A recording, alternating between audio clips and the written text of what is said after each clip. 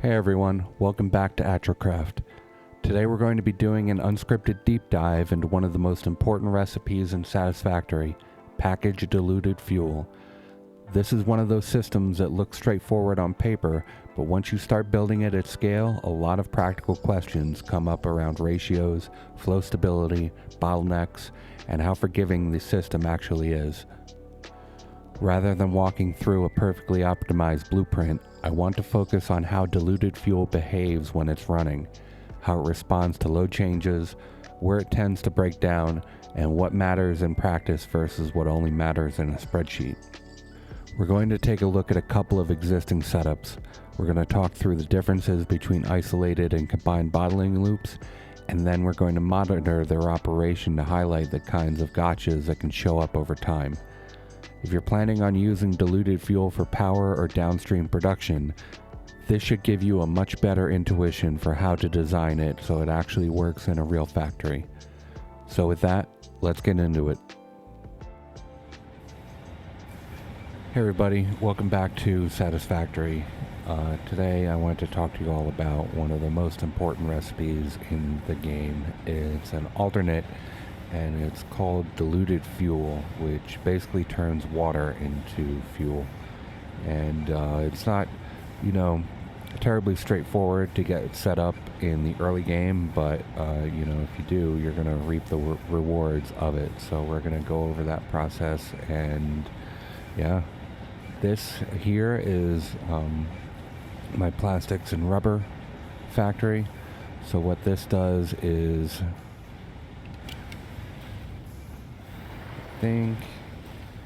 it processes oil into heavy fuel, right?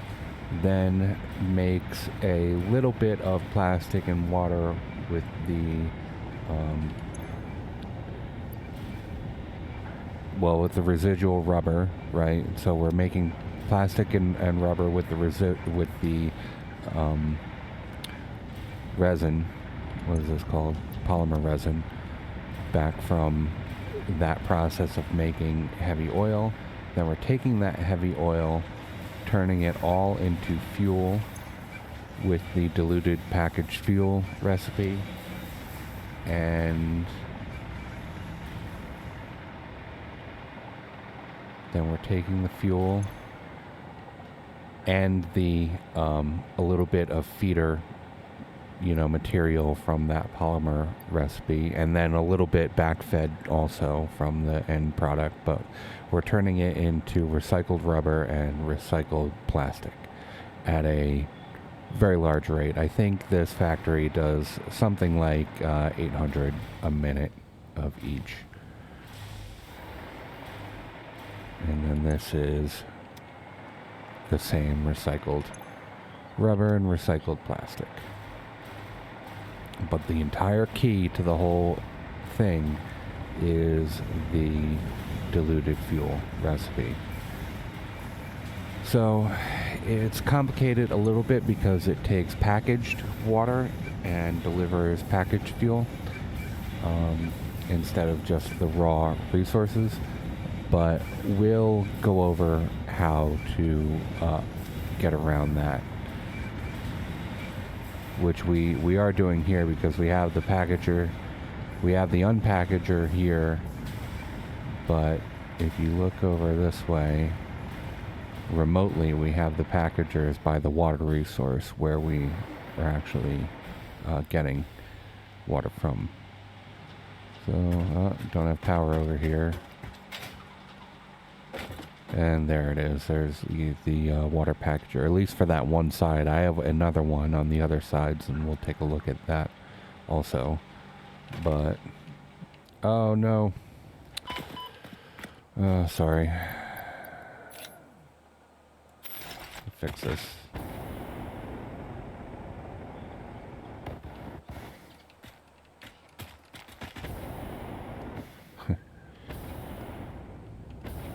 It's either I'm too used to the hover pack or too used to the jetpack in this game. It's never, it's always a trade-off between them. So you can see the one row, the back row gets its water from that side, and this entire row, this front row, gets it from over here. There it is. There's the other one. That was the easier one to build. And I'll show you the one other place in this game where I'm using this recipe, and that's right here in my turbo fuel plant. So this plant does a little bit of the same thing, takes crude, turns it into heavy oil.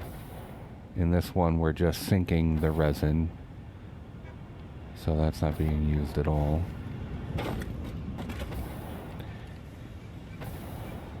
And then this one does the packaging and unpackaging right in the same location. And it's kind of the same blueprint I'm using for each of these, but you'll see that this one it's a lot more bulletproof because each refinery runs its own loop. The loops are not commingled like they are in the other one, which can lead to some problems like backing up, you know, of the bins and clogging, right? There's this thing. There we go.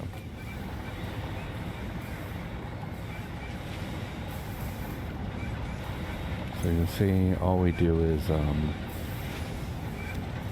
we complete the entire setup, run the line back to the packager, and then I just supply this with one full stack of packages.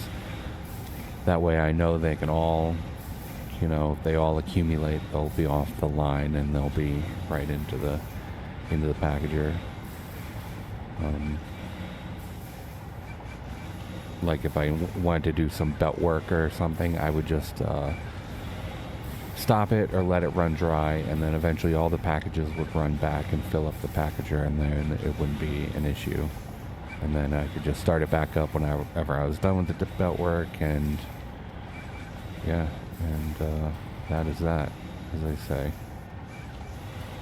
So this allows you to only deal with piped inputs and outputs. You see we have the one pipe with the heavy oil coming in that can supply the whole row, but the water demands are double, and for that we need two 600 lines to split the line right in half.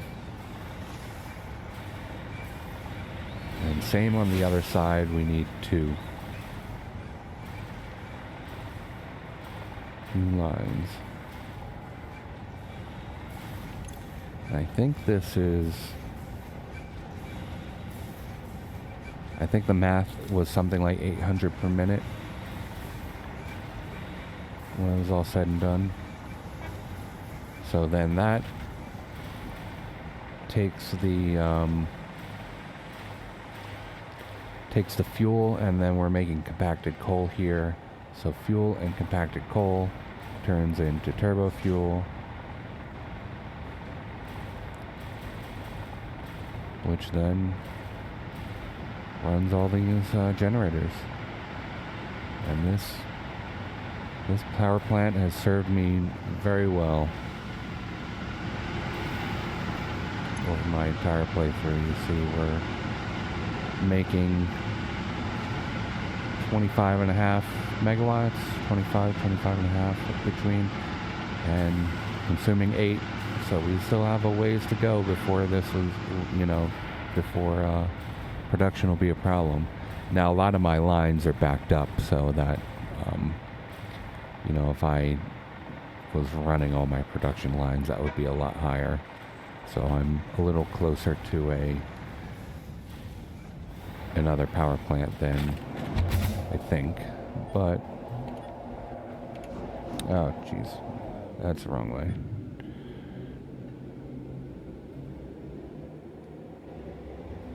That's a problem with this commingled hypertube line, is that you can wind up very easily, you know, missing the turn off. There's that water packager again. So we're gonna do it again. There we go.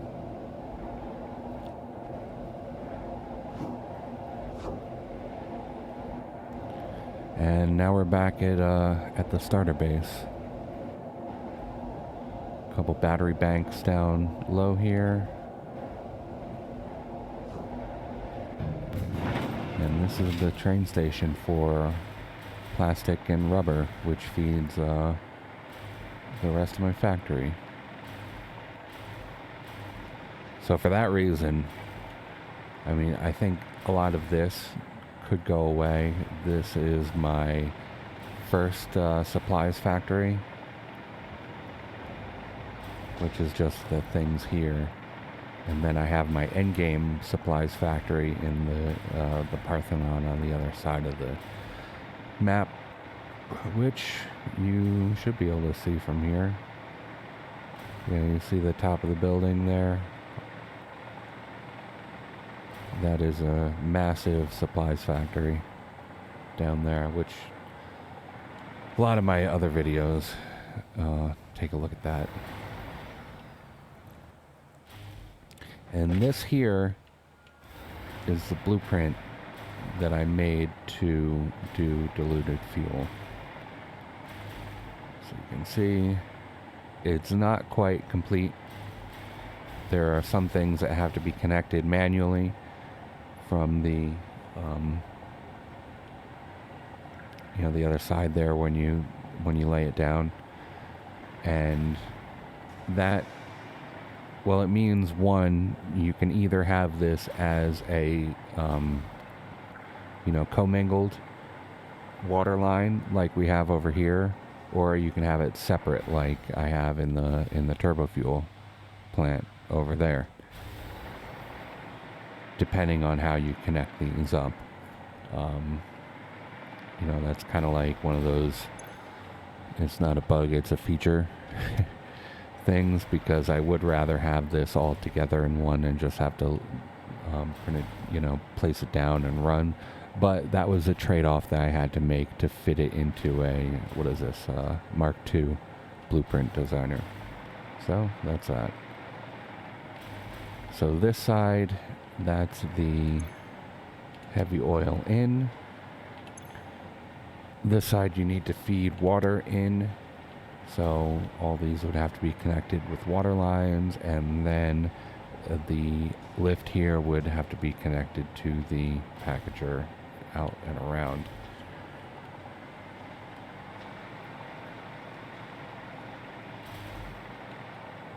And same on this side. The packager output needs to be connected back to the lift, and the fuel line out needs to be connected.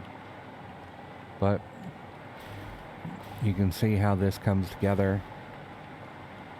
Just placing these buildings, really, we probably could have gotten one notch closer, but you know, that wouldn't have helped much. Really, this is pretty tight, almost as tight as it can be. Same on this side. Yeah, you could probably get a little extra space there, but it wouldn't help much, and it could actually make some problems connecting this heavy oil line right there. But see, all these are pre-programmed. So later in the game, there is a recipe that allows you to do this all in a blender and not have to worry about the packager at all. That, you know, it's a good recipe. The thing is that all of these together are, let's see, 10, 30, and 10. So 50 megawatts for all three of these, and the blender, let's take a look at the blender real quick.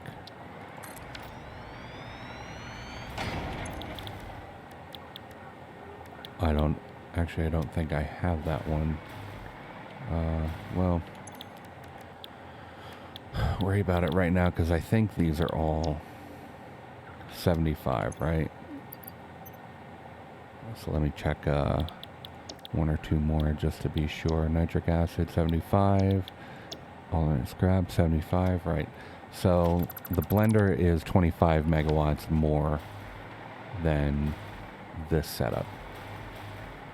Of course, you could argue that doing the packaging and passing the, having the belt and passing the crates back takes a frame rate hit. Could be correct on that. I would not worry about frame rate until it becomes an issue, right? That's something, you're starting to see frame rate lag later in your factory. That's the time to start really worrying about it. I think to worry about it earlier than that, you are just stifling innovation. That's all you're doing. So, but yeah, that is the diluted fuel recipe. I hope this works for you. It's a absolutely great recipe. It's definitely one of the most important ones in the entire game. It lets you do things with fuel and oil and plastics and things like that are massively efficient. One thing before I go, I just want to go over when you do couple these like this, you can wind up with issues like the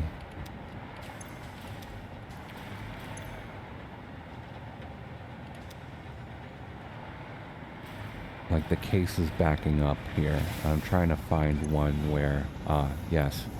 So you can see in these last few, anywhere where the cases, empty cases on the unpackager say 99, that will stop production on that machine. It will not be able to run, right? Be stuck in idle because you cannot push any more packages out. You can see it stalls here until, there we go. So that's definitely a hazard to look out for. You need enough of these on here where it's not going to clog or become an issue. Buffers can help, especially a buffer right on the output line here.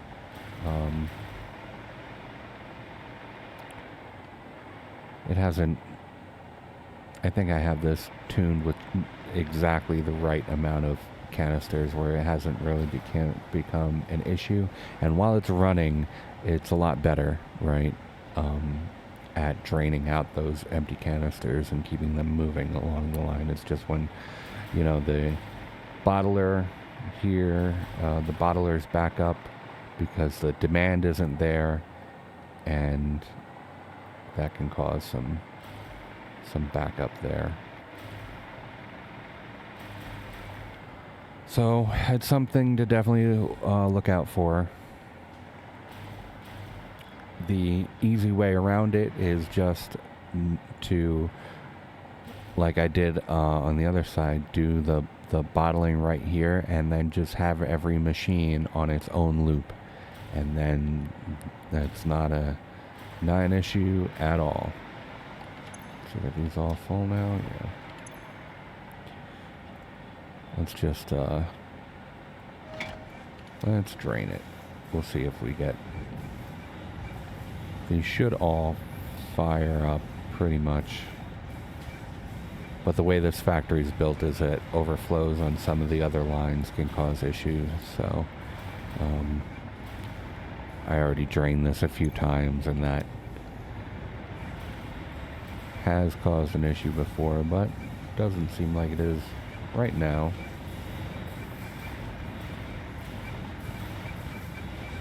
You can see still though, right at the end of the line,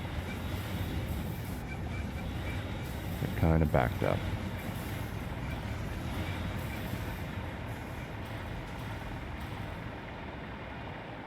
So I may need to come back here and tune this a little more, try to remove a few more bins, or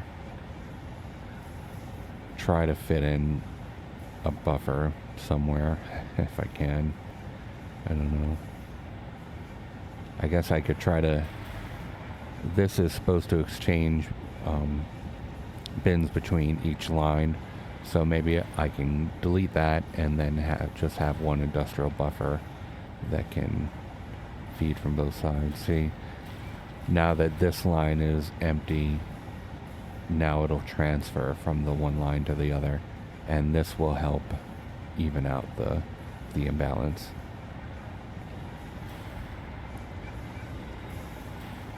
That turns into a function of which one of these fuel lines is being drawn from, right, at any one time, because I don't... 300 and say 200, 230, 240. So the draw is not quite even, and then that can lead to imbalances. And just one of those things you have to run it for a while and watch it and see exactly how it's doing. So yeah, let me know in the comments how you guys do with your own diluted fuel setups, and I'll see you in the next one. Thanks. Bye. Alright, so that's going to do it for this deep dive into diluted fuel. Hopefully this gave you a clear picture of how the system behaves once it's actually running, and why some designs that look perfect on paper can still struggle if you don't account for flow, buffering, and real operating conditions. As always, the goal here isn't to say that there's only one correct way to build this, but to give you enough understanding to make informed trade-offs when you're designing your own setups. If this was useful for you, please make sure to like the video, drop a comment with any questions or edge cases you'd like to see explored, and subscribe if you want to see more deep dives like this one. It really does help. Thanks for watching, and I'll see you in the next build.